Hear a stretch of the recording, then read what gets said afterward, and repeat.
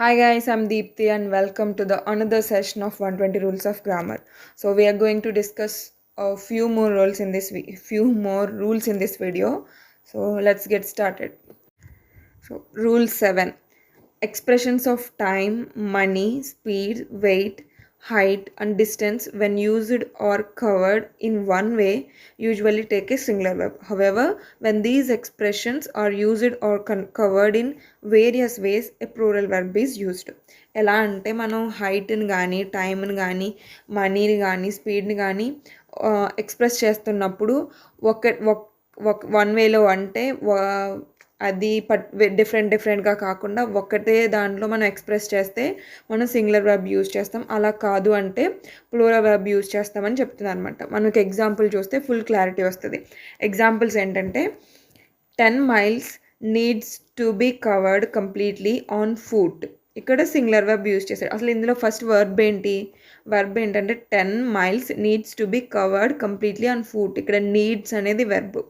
Okay, అదే ఎగ్జాంపుల్ని మనం సెకండ్ డిఫరెంట్ వేలో చూస్తే 10 mile need to be covered partly by car and rest on foot.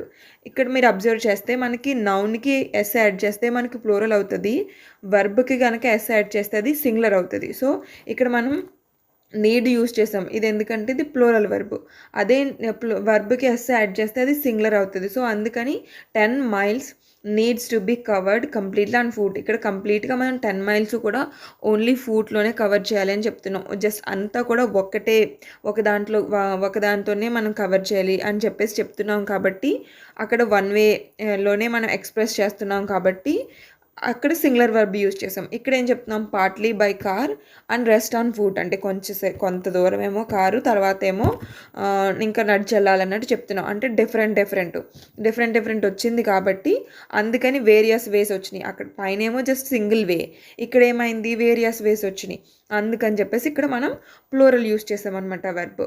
Okay, అదే ఇక్కడ మనం వాళ్ళు ఏం ఎక్స్ప్లెయిన్ చేస్తున్నారు చూస్తే in sentence 1 the complete distance that is 10 miles has to be covered by just one means ante that is on foot. Thus a singular verb needs is used. In sentence 2 the complete distance that is 10 miles has to be covered by two means that is by car and on foot. Thus a plural verb need is used. Okay, ఇంకా examples చూస్తే 5,000 rupees is his salary. 5,000 rupees were spent on food and entertainment అని చెప్తున్నాం. ఇక్కడ కంప్లీట్గా salary అది just ఒకటి దాని గురించే మాట్లాడుతున్నాం.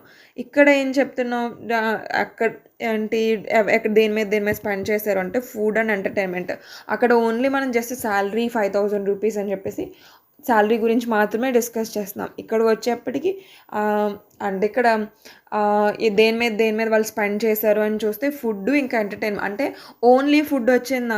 మనము ఎంటర్టైన్మెంట్ పక్కన పెట్టి 5,000 rupees was spent on food అని చెప్పచ్చు. ఓకే, అయితే మనం ఇక్కడ ఫుడ్ అండ్ ఎంటర్టైన్మెంట్ అని చెప్పేసి టూ వేరియస్ వచ్చినాయి కాబట్టి అందుకని చెప్పేసి మనం ప్లూరల్ వర్బ్ యూజ్ చేస్తున్నాం. Okay, 6 weeks is not long enough. Okay, 6 weeks is not long enough అంటే అది మనం దేనికోసమా ఇలా అని చెప్పట్లేదు, జస్ట్ నాట్ లాంగ్ ఎనఫ్ అని చెప్తున్నాం. అంటే అది సింపుల్గా ఒకదాని గురించే చెప్తున్నాం కాబట్టి అందుకని చెప్పేసి సింగులర్ వర్బ్ యూజ్ చేసాం. అలా కాకుండా మనం పర్టికులర్ నువ్వు ఇది చేయాలి అది చేయాలి అలా చేయాలి అని చెప్పేసి డిఫరెంట్ టాస్క్ చేయాలనుకో 6 weeks are not long enough అని చెప్పాలి. Okay, 5 kilograms is his wait.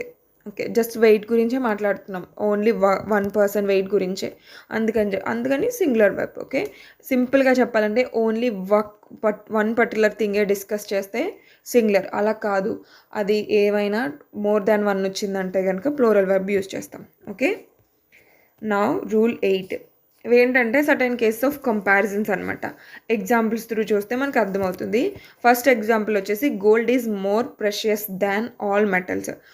Second example వచ్చేసి gold is more precious than any other metal అని చెప్పాం. ఫస్ట్ ఏమో ఇన్కరెక్ట్ అంటున్నాడు, సెకండ్ ఏమో కరెక్ట్ అంటున్నాడు. ఎందుకు అంటే ఫర్ ఎగ్జాంపుల్ మనం అబ్జర్వ్ చేస్తే first gold it self is a metal కదా.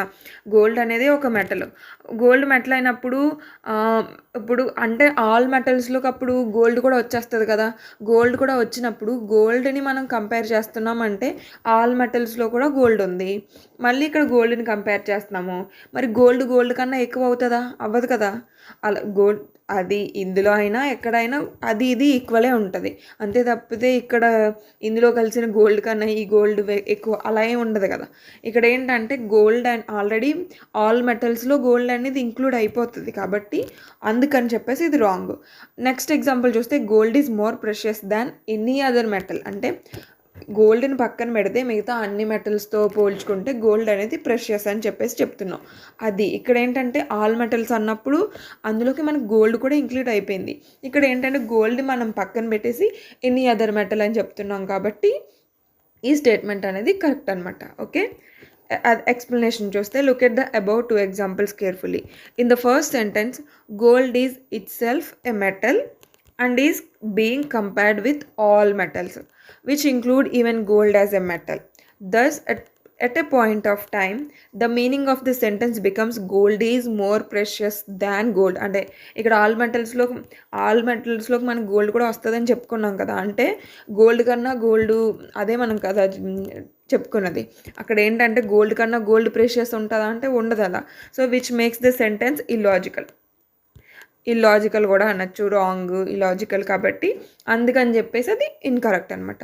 However in the second case gold is compared with any other metal which means gold is more precious than any other metal other than gold. Gold కాకుండా మిగతా ఉన్న మెటల్స్తో మనం compare చేస్తున్నాం కాబట్టి ఆ sentence ఒక లాజికల్గా ఉంది కాబట్టి అది కరెక్ట్. పైన సెంటెన్స్ ఏంటంటే దానికి అసలు ఇల్లాజికల్గా ఉంది కాబట్టి అది incorrect. This makes the statement meaningful and logical. Okay, ఇంకొక ఎగ్జాంపుల్ చూస్తే diamond is more precious than all metals అని చెప్తున్నాం. ఇక్కడేమో చూస్తే మనకి కరెక్ట్ అంటున్నాడు. డైమండ్ ఏంటంటే డైమండ్ క్రిస్టల్ షేప్లో ఉంటుంది అనుకుంటా. డైమండ్ మెటల్ అయితే కాదు, ఏంటనేది నాకు ఐడియా లేదు. క్రిస్టల్ అయితే దాని షేప్ని క్రిస్టల్ అంటారు అనుకుంటా. నాకు 100% షూర్ కాదు నేను. సో ఇక్కడ ఏంటంటే the above sentence is correct as diamond being non metal is compare to all metals. ఎందుకంటే డైమండ్ అనేది మెటల్ కాదు, అందుకని చెప్పేసి మనం మెటల్స్తో కంపేర్ చేసుకుంటున్నాం. ఇక్కడ మనం ఏం చేస్తున్నాం, అన్ని మెటల్స్తో కంపేర్ చేస్తున్నాం. డైమండ్ వచ్చేసి మెటలే కాదు, అందుకని ఆ స్టేట్మెంట్ అనేది అది ఒక లాజికల్గా ఉంది కాబట్టి అది కరెక్ట్ అనమాట. ఓకే, నెక్స్ట్ ఎగ్జాంపుల్ చూస్తే Kalidasa was more famous than all English poets. Kalidasa అనేవాడు ఇంగ్లీష్ పోయెట్ కాదు కాబట్టి ఇంగ్లీష్ పోయెట్తో కంపేర్ చేసుకుంటే ఫర్ ఎగ్జాంపుల్ మనం ఎలా చూసుకుంటే క్రికెట్ తీసుకుందాం. ఇప్పుడు విరాట్ కోహ్లీ చూద్దాం. విరాట్ కోహ్లీ మిగతా ఫారిన్ ప్లేయర్స్తో అందరితో కంపేర్ చేసుకుంటే చాలా బాగా ఆడతాడు అంటే అవును, ఎందుకంటే మన అక్కడ తను ఫారినర్ కాదు కదా, తను ఇండియన్. మనకి అప్పుడు వాళ్ళందరితోని కంపేర్ చేసుకుంటే తిని ఇలా అది అనమాట. ఇక్కడ ఇంగ్లీష్ పోయెట్స్ అసలు కాళిదాస కాదు, కాకపోతే ఇంగ్లీష్ పోయెట్స్ కాకపోయినప్పటికీ కూడా ఆ ఇంగ్లీష్ పోయెట్స్ అందరితోని కంపేర్ చేసుకుంటే ఫేమస్ అని చెప్తున్నాం కాబట్టి అది లాజికల్గా ఉంది కాబట్టి అది కరెక్ట్ అనమాట. నెక్స్ట్ ఎగ్జాంపుల్ చూస్తే Kalidasa was more famous than all poets. All poets అంటే అది ఇంగ్లీష్ అయినా, తెలుగు అయినా, కన్నడ అయినా, మలయాళం అయినా, తమిళ అయినా, ఏదైనా కూడా ఆ పోయెట్స్ అందరూ ఆల్ పోయెట్స్లోకి వచ్చేస్తారు. సో అక్కడ ఆ ఆల్ పోయెట్స్లోకి కాళిదాస హిమ్సెల్ఫ్ ఆల్సో వస్తాడు కదా. అందుకని చెప్పేసి మనం ఇందాక ఎలాగైతే గోల్డ్ని చూసామో ఇక్కడ ఆల్ పోయెట్స్లోకి కాళిదాస కూడా వస్తాడు. అందుకని Kalidasa was more famous then Kalidasa అలా ఉంటుంది. అందుకని ఇది illogical. So Kalidasa was more famous then all poets అంటే incorrect. Okay, in sentence 4 Kalidasa is compared with all English poets, which is correct as Kalidasa was not an English poet. However, in sentence 5, Kalidasa is compared with all poets, which include even Kalidasa. This makes the sentence wrong or meaningless. Okay. Next వచ్చేసి rule 9. Prepositions of time అవేంటంటే since and for. The words for and since are used in sentence where the speaker wants to talk about something that started in the past and continues into the present. ఏంటంటే మనం ఒక speaker అంటే ఎవరైతే మాట్లాడుతున్నారో express చేయాలనుకుంటున్నారో వాళ్ళు ఏదైనా ఒక పర్టికులర్ ఇన్సిడెంట్ గురించి కానీ దేని గురించి అయినా కానీ పాస్ట్లో ఒక పర్టికులర్ టైంలో స్టార్ట్ అయ్యి అది ఇంకా కంటిన్యూ అవుతున్న దాని గురించి దాన్ని ఎక్స్ప్రెస్ చేయడానికి మనం సిన్స్ ఇంకా ఫర్ని యూస్ చేస్తాం. అయితే ఫర్ ఎప్పుడు యూస్ చేస్తాము, సిన్స్ ఎప్పుడు యూస్ చేస్తామంటే the preposition for is used to talk about an amount of time or space. ఇదేంటంటే ఫర్ అనేది మనం అసలు ఎంత అమౌంట్ ఆఫ్ టైంని, ఎంత అమౌంట్ ఆఫ్ పర్టికులర్ స్పేస్ అనేది అక్కడ మనకి ఎప్పుడైతే స్టార్ట్ అయిందో అప్పటి నుంచి ఇప్పుడు కంటిన్యూ అయ్యేంత వరకు ఆ డ్యూరేషన్ని ఫర్ రిప్రజెంట్ చేస్తుంది అనమాట. The amount of time could B seconds, minutes, hours, days, months or even years. The amount of time does not needs to be exact. అంటే ఖచ్చితంగా ఇంత అలా అని కాదు, అది ఏదైనా అవ్వచ్చు. కాకపోతే ఫర్ అనేది సింపుల్గా డ్యూరేషన్ని మెన్షన్ చేస్తుంది. For is used for duration. Okay. Since is used to denote point of start. Okay. For అనేది ఏంటంటే ఫర్ ఎగ్జాంపుల్ మనం చూసుకుంటే ఇప్పుడు టైము 9 o'clock అని అనుకుందాం, 9 AM అనుకుందాం. 9 AM అంటే మనం 7 నుంచి తీసుకుంటే I been waiting for you for 2 hours అని చెప్తాం. I been waiting for you since 7 o'clock. ఇక్కడ ఏంటంటే సిన్స్ 7 o'clock అనేది ఖచ్చితంగా మనం ఆ పాయింట్ ఆఫ్ టైంని చెప్తున్నాం. 9 అప్పుడు 2 hours అన్నప్పుడు అది ఎప్పటి నుంచో స్టార్ట్ చేసామో తెలియదు, కానీ ఈ ప్రజెంట్ మూమెంట్ నుంచి బ్యాక్ చూసుకుంటే మనం 2 hours నుంచి వెయిట్ చేస్తున్నాను అని చెప్తున్నాం అనమాట. అదే సింపుల్గా ఏంటంటే ఫర్ అనేది డ్యూరేషన్ని ఎక్స్ప్రెస్ చేస్తుంది. సిన్స్ అనేది మనం ఏ పర్టికులర్ పాయింట్ ఆఫ్ టైంలో అది స్టార్ట్ అయింది అది చెప్తుంది అనమాట since. Okay. Since is used to denote point of start. The preposition since is used to refer to a point of time. అంటే పాయింట్ ఆఫ్ టైంని రెఫర్ చేస్తుంది అని చెప్తున్నాం. Since can refer to a point after a specific time or event in the past, or it can refer to a particular point beginning some time in the past and continuing until the present time. అంటే since అనేది ఏదో ఇప్పుడు present ఇలా అని కాదు, ఎప్పుడో పాస్ట్ని కూడా అది రెఫర్ చేస్తుంది. అంటే బీసీ ఆ టైంలోంచి అయినా కూడా మనం చెప్పచ్చు. సిన్స్ ఇప్పుడు ఎలా అంటే ఇండియా ఈజ్ స్టిల్ మనం డెవలపింగ్ అని చెప్తున్నాం. ఎప్పటి నుంచి అంటే మనకి ఇండిపెండెన్స్ వచ్చినప్పటి నుంచి అది ఆల్మోస్ట్ మనకి ఇండియా ఇండిపెండెన్స్ 47 కదా. 47 అంటే 53, 26 ఇంకా కంప్లీట్ అవ్వలేదు కాబట్టి 25, 78 years అయింది అనుకుంటా. అంటే నేను మళ్ళీ తప్పు చెప్తే నీకు అది కూడా తెలీదా అంటారని క్యాలిక్యులేట్ చేసుకుంటున్నాను. 47 కదా మనకి ఇండిపెండెన్స్. ఓకే. సో ఇక్కడ ఏంటంటే సిన్స్ అనేది అది పాస్ట్లో ఎప్పటిదైనా కూడా ఒక పాయింట్ ఆఫ్ టైంని డినోట్ చేస్తుంది. That particular point in time could be anything. Last Tuesday, 2008 or midnight, last year, ఎలా అయినా సరే. ఇప్పుడు మనం లాస్ట్ ఇయర్ అని చెప్పాను. నేను లాస్ట్ ఇయర్ అంటే ఇప్పుడు నేను ఈ పని లాస్ట్ ఇయర్ నుంచి చేస్తున్నాము అని చెప్తాను. అది మనం ఇంగ్లీష్లో చెప్పాలంటే I been doing this work since last year. అదే ఫర్ యూజ్ చేయాలంటే I been doing this work for an year. For అనేది అంటే ఒక ఇయర్గా చేస్తున్నాను. ఇయర్ని ఫర్ అనేది డ్యూరేషన్. అదే సిన్స్ అయితే point of time. Since last year నుంచి స్టార్ట్ చేసి ఇప్పటికి అలా చేస్తున్నాను అని చెప్పేసి. ఓకే. ఎగ్జాంపుల్స్ చూస్తే he has been here for 6 months and still cannot speak a word of German. For ఏంటంటే for plus a period of time. Next example చూస్తే I've only known her since the beginning of last week. ఇక్కడ observe చేస్తే since a particular point in time. ఇక్కడ పర్టికులర్గా last week అని చెప్పి since అది పర్టికులర్గా చెప్తున్నాం. నాకు అదే 1 weekగా తెలుసు అని చెప్పాలంటే ఫర్ని యూస్ చేస్తాం. ఎందుకంటే 1 week అనేది ఒక డ్యూరేషన్. సిన్స్ లాస్ట్ వీక్ అంటే లాస్ట్ వీక్ నుంచి మాత్రమే తెలుసు. అదే అప్పుడు ఏమైంది, అది పాయింట్ ఆఫ్ టైం అయింది. Okay. He has been learning English since childhood నుంచి నేర్చుకుంటున్నాడు. అక్కడ ఒక పాయింట్ ఆఫ్ టైం రెఫర్ చేస్తుంది. పర్టికులర్ అంటే ఎప్పటి నుంచి స్టార్ట్ చేస్తాడు అంటే మనకు ఒక పర్టికులర్ స్టార్ట్ పాయింట్ అనేది ఉంది. అది ఎప్పుడంటే చైల్డ్హుడ్, అందుకని since. Okay. Note for is used to specify a period of time while since is used to specify a particular point in time. మనం ఇప్పుడు వరకు అదే డిస్కస్ చేసాం. ఓకే, అగైన్ ఇంకొక note. Only the perfect tense or perfect continuous tense is used before since and for when they denote time. ఇప్పుడు మనకి టెన్సెస్లో మనకి 4 types కదా. ఏంటి? ఫస్ట్ది ఏంటంటే సింపుల్ అంటాము, లేకపోతే ఇంకొక పేరేంటి, సింపుల్ ప్రెజెంట్ ఆర్ అయ్యా నాకు సడన్గా గుర్తు రావట్లేదు ఏమంటాం. సింపుల్ ప్రెజెంట్ ఆర్ మర్చిపోయాను. Okay, sorry. మనకి simple present, simple past, simple future ఇలా ఉంటాయి కదా. అయితే మామూలుగా మనకి 4 టైప్స్. ఈచ్ టెన్స్లో కూడా మనకి ఏమున్నాయి, 4 టైప్స్ ఉన్నాయి. అవేంటి? ఫర్ ఎగ్జాంపుల్ ప్రజెంట్ చూస్తే simple present, present continuous, present perfect continuous tense. అది పాస్ట్ అయినా అంతే. Simple past, indefinite. Okay, indefinite, present indefinite, past indefinite అని కూడా అంటాము. Simple present or present indefinite. Okay, అయితే పాస్ట్లో కూడా మనకి ఏమేమి ఉన్నాయి? Past indefinite, past continuous, past perfect continuous tense. అలా ఈ 4 టైప్స్ ఉన్నాయి. కానీ మనకి ఈ సిన్స్ ఫర్ మనం ఈ సింపుల్ ప్రజెంట్ కంటిన్యూస్ టెన్స్లో యూజ్ చేయము.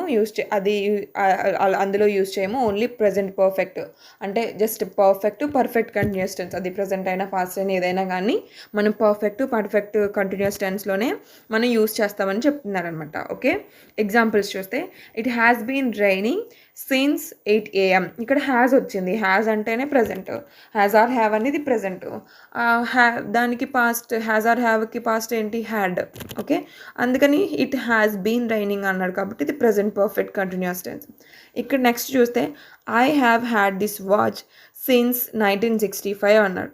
ఇది కూడా ప్రజెంట్ పర్ఫెక్ట్ టెన్స్ అని చెప్పాడు. కానీ ఇక్కడ నేను ఇప్పుడే అన్నావు కదా నువ్వు, హ్యాజ్ ఆర్ హ్యావ్కి పాస్ట్ హ్యాడ్, ఇక్కడ హ్యాడ్ వచ్చింది.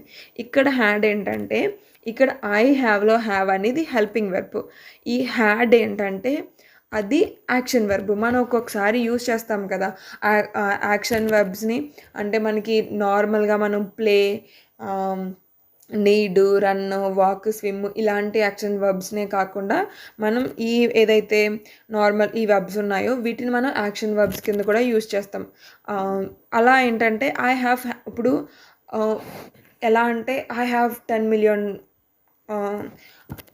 యూరోస్ ఏదో అనుకుందాం. ఫర్ ఎగ్జాంపుల్ నా దగ్గర ఐ హ్యావ్ అంటే ఏంటి? హ్యావ్ అంటే మన దగ్గర ఉన్నది.